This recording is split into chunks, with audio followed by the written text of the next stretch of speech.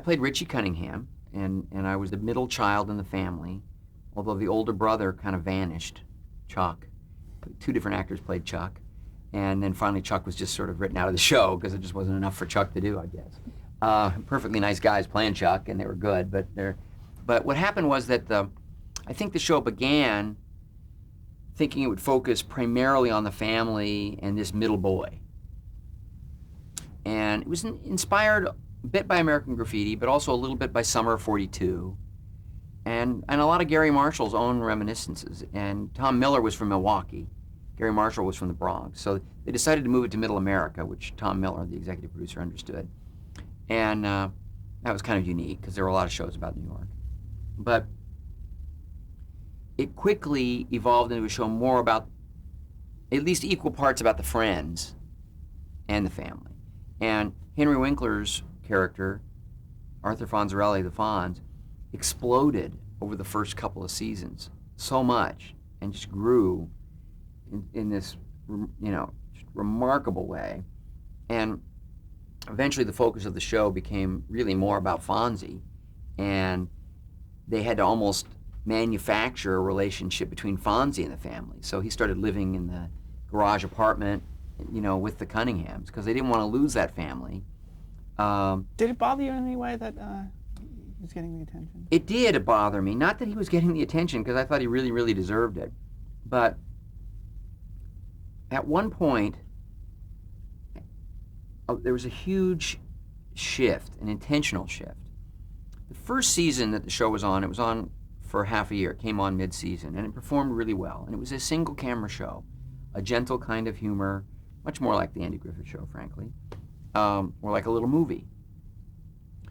The second season, we began slipping in the ratings, and we were up against Good Times, and Jimmy J.J. Walker was exploding as a sort of a pop entertainment, figure, and he was hilarious, and he had the catchphrase "Dynamite," and people were putting dynamite on their T-shirts, and we didn't have any of that, and we fell in the ratings. They almost canceled us.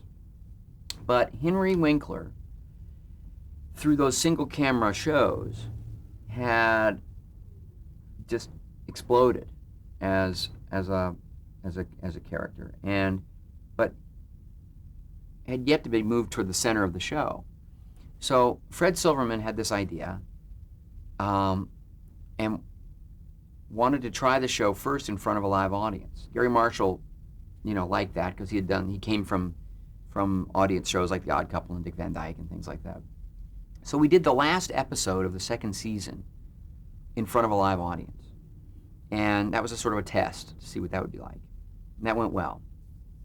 I don't really remember what the episode was about, but Henry had a big part in it, and people were like screaming when Henry would appear, and we went out on a publicity tour, and it was a little bit like we were a boy band, and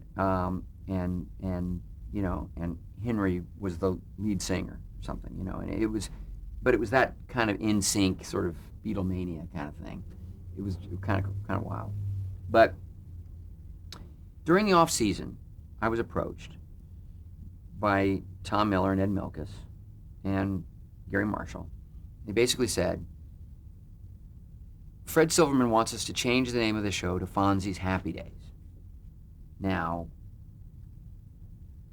we would give you a raise if you'd accept this. We'd give you episodes to direct because we know you want to be a director. We know this would represent a shift. But, how do you feel about it? And I thought about it and went in and had a meeting with Tom and Ed. Gary Marshall wasn't at this meeting.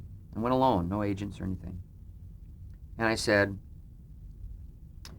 I really signed on to be at the center of a show called Happy Days. And I respect what's happened here. But rather than be in Fonzie's Happy Days, I'd rather go back to film school. Well, how about you directing some episodes? And I said, well, you have a genius, Jerry Paris, directing episodes. I'd feel horrible denying the cast of Jerry Paris's genius for even a single episode. I'd feel so uncomfortable, it wouldn't even be a good experience. There's everything to lose and nothing to gain with me getting to direct an episode of Happy Days. It's just a bad idea. And I really, it's not a negotiation, I just don't want to do it. But I understand if you want to do it. And I left. And on the way out, Gary Marshall intercepted me and he said, well, we're not going to do this if you don't want to do it. And I said, I just don't think I can feel good about it. I love Henry, but, you know, I just wouldn't want to do that. And they understood. And they, you know, and I understood that the show was going to shift. And they were going to move Henry more to the center of the show. I could accept that. I just didn't want it to suddenly be called Fonzie's Happy Days. And they didn't change it. But the show did shift, and I continued to have great parts. And the fantastic thing was, it was a wonderful ensemble. We always treated it as an ensemble. Henry Winkler and I were kind of like brothers, and he was sort of like a big brother to me in a lot of ways. We worked well together, and we became a huge hit. And I sustained kind of an ongoing kind of disappointment in it, not because of the work, although I will admit I never fully understood the tone of that show. I don't think I ever loved it as much as everybody else loved it, but I quickly saw that I was wrong and that I certainly knew how to do my job, and it was fascinating, and I learned a hell of a lot doing the show, and it was this great success, and it was exciting. My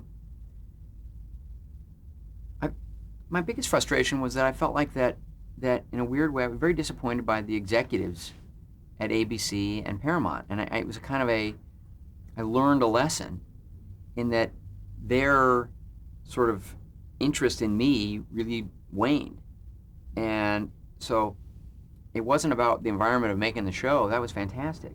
But there was this kind of disrespectful disregard that, you know, really kind of rankled.